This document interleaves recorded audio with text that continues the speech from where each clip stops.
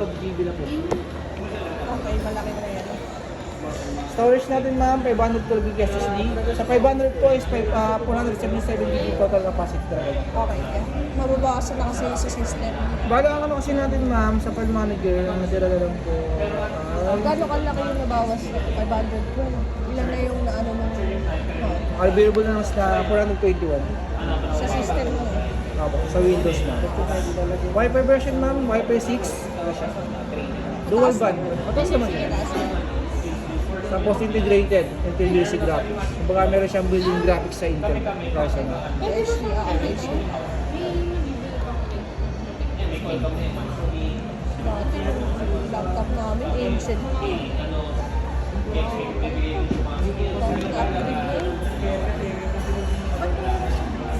Ito ma'am yung camera. Ayan siya. Tapos in case na hindi yung ginagamit, islide yun lang for privacy. Kaya itong mga gala siya ma'am, ni-slide lang dito. Okay na naman. Ayan siya. Alright. Maganda ka dyan.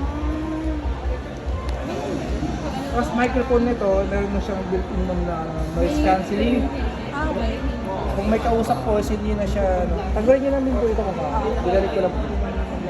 Sa noise cancelling naman, kapag may mga kausap kayo, hindi po siya maririnig. Nang kausap niya, yung maingay. Okay, okay. Saan yun? Diyan na din yun? Yes, Ayun na. dalawa po siya. Please remove pa. Huwag mo lang iwawala yan. Okay. Tapos ma'am, yung sa Microsoft Office, di ba lang pre-installed na siya? Word, Excel, sa PowerPoint. Yung activation ma'am, open mo lang yung application. Oh, Then, login mo na ako. Akala ko pa wala pa. di, ano ma'am, ituturo ko sa inyo kung paano siya. Okay. Bali ma'am, kailangan sa activation, kailangan na-connect sa Wi-Fi. Okay, okay. Pag connect sa Wi-Fi, pag-open ng application, lalabas itong dialog box. Kasi dito naka-includes yung office natin at 24. So, kung sakali po, meron na po ba kayong Microsoft account? O wala pa? Ako, meron na ako. Pero, Meron na ako. yung Pwede gagamit ko, mo, gumawa na lang ako. yes, pwede, mas maganda ma'am, gumawa muna kayo ng panibagong email. Tapos, pilitin nyo lang to tapos create kayo gamit yung email na ano, Yung bago. na bago. Make sure ma'am yung email na yun, nakapag-create na kayo. Para ako sakali kasi kapag mag-create kayo din sa Microsoft, kailangan naka-sync sa phone. Kasi mag-send si Microsoft ng code para ma-activate yung office. Yan, yan lang. Create account tapos yun po. Okay, email, password, mail, automatic na rin. Sa mga mga Ayan, so meron naman din siyang free 5-day pass. Kaya accept mo muna siya. Then, ang best kasi nyo ma'am, yung activation po is huwag kayo mag-activate dito. Huwag kayo don't mismo sa kanya. nagpa-prompt kanina. Kasi kapag nagkakalagay dyan, ang ma-activate is yung trial ma'am. Ay, Sa 365. sa 5 days ka. So dito lang sa may nag-activate kanina. Okay mo ng word, tapos lalabas yun.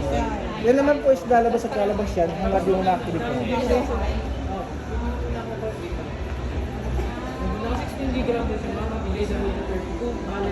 Single slot na po yung antivirus natin meron tayong McAfee. Si McAfee is 30 days. After nyan, pwede mo na siyang i-install na.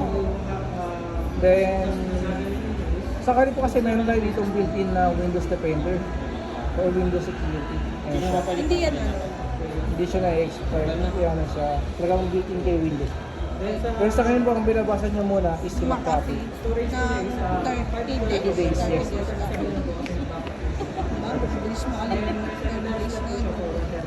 Tapos po, browser, Microsoft Edge. Bali, wala pa tayong Chrome dito. Pero pwede mo mag-download na Google. Pwede naman po. Kailangan yung nabubagan. Ito. Ayun. Kasi dun sila ano. Kaya man, download na Para natin. malang mabilis yung gamit sa office.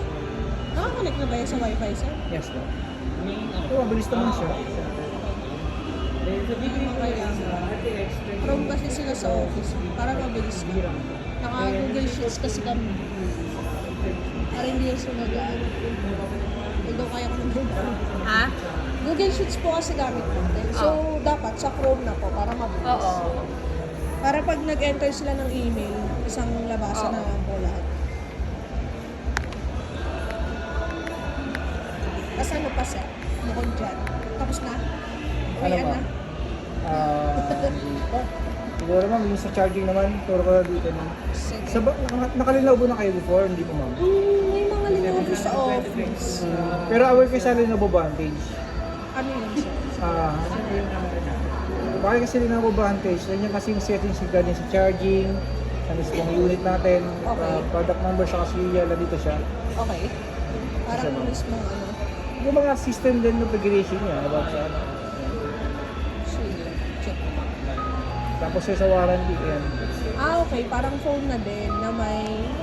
Ayan, may... Product niya, serial, charging siya, battery. Then, dito naman sa Vantage, yung warranty kasi nito mapapansin nyo na lang is 13 months remaining. So, hindi po tayo dyan mag-consider po sa mismong resibo. Yung natanggal kasi dyan na ilang months is kung kailan siya na-release sa mismong manufacturing date. Okay. Pero yung laptop pa natin is 2 years na rin yun. Ano nga ulit yung Vantage? Sorry, kuya. Sa Vantage kasi ma'am, nagtulak yung mga settings siya regarding sa charging, sa mismong system, warranty. Okay. Wala na ba siya ma'am?